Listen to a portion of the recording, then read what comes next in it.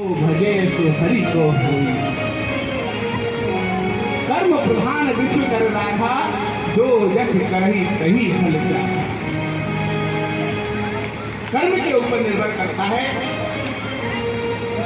जब संत महात्मा बन जाते हैं तो हम क्या संत महात्मा की जात पूछ करके सिंहासन देते हैं? कर्म ही उनका है, भगवान का भजन करने वाले हैं, भजनानंदी संत है। वो किस समाज से जन्मे हैं, वो उनका एक अलग प्रारब्ध था। आज भगवान के भक्त हैं, आज गोविंद के गुणगान करने वाले संत हैं। आज संत जब हमारे बीच में आते हैं तो हम सेहर्ष सिंहासन पर उनको विराजमान करके सम्मान देते हैं। बंधुओं, जब जीवात्मा परमात्मा से विमुख हो जाता है, जब जीवात्मा परमात्मा से भटक जाता है, जब जीवात्मा का परमात्मा से मोह भंग हो जाता है, तो जीवात्मा को परमात्मा से जो मिलाने का काम करते हैं वो ही महात्मा होते हैं। जैसे किसी लड़की की शादी करनी होती है, शादी के लिए सोच वर ढूंढना है, अच्छा दूल्हे ढूंढना है, तो अच्छे दूल्हे का बिना बिचौलिया के अच्छा दूल्हे नहीं मिल सकता। कोई बिचौलिया बीच में नहीं होगा, अच्छा संबंध नहीं मिल सकता। कोई ना कोई बिचौलिया के माध्यम से अच्छा संबंध बनता है।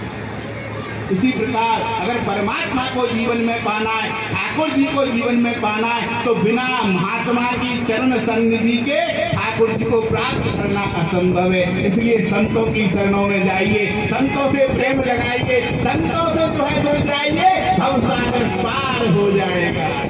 वृंदावन बिहारी लाल की जय।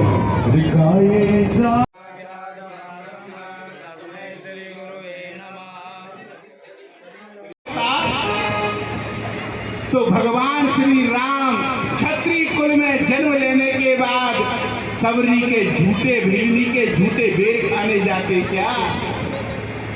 अगर जात पात सनातन धर्म में होता तो भगवान श्री राम निषाद राज को अपने बराबर सिंहासन पर बैठाते क्या? अगर जात पात का बंधन सनातन धर्म में होता तो प्रभु श्री राम दशरथ नंदन क्या केवट को हृदय लगाते क्या? अगर जात पात का बंधन होता तो कन्हैया धोबी को मामा कह करके बुलाते क्या? अगर जात पात का बंधन होता तो कुर्सा को सौंदर्य बनाते क्या? अगर जात पात का बंधन होता विदुर के घर छिलका खाने जाते क्या? ये जात पात का बंधन स्वार्थी लोगों ने, सनातन धर्म को कमजोर करने वाले लोगों ने इस देश में फैलाया है। मैं कहता हूँ प्रेम से आइए, भगवान की कथा चल रही है, सारे लेबर के सभी समाज के लोग बैठ करके मैं कथा श्रवण कराता हूँ। आप प्रेम के साथ हरि का गुणगान कीजिए। ठाकुर जी जितनी कृपा श्री लाल वेद के परिवार पर करेंगे, मैं विश्वास दिलाता हूँ उतनी कृपा गाँव के सूत्र के ऊपर करेंगे। जुड़िए तो सही। ढोंगी पाखंडी स्वार्थी लोगों के प्रपंच के प्रोपेगेंडा में फंस करके आप भगवान से विमुख मत होइए।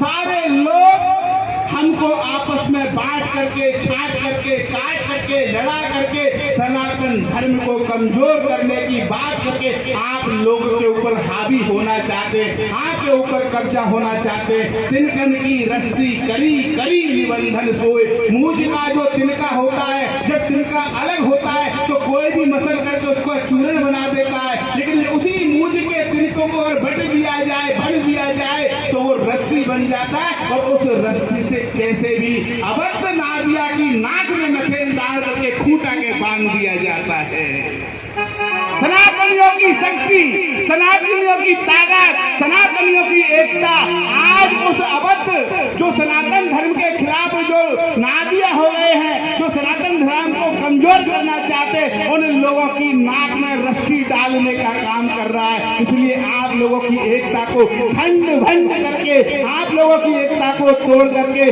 सनातन को कमजोर करने की बात की जा रही है। मैं आभार करता हूं समस्त सनातनियों से। आप लोग प्रेम से भगवान के दरबार में विराजमान होकर के गोविंद की कथा श्रवण करें, गोविंद के नाम का गुणगान करें। भगवान हम सबके ऊपर कृपा बरसाएंगे और कल्याण करेंगे। इसलिए सुखदेव जी महाराज राजा भगवान की महिमा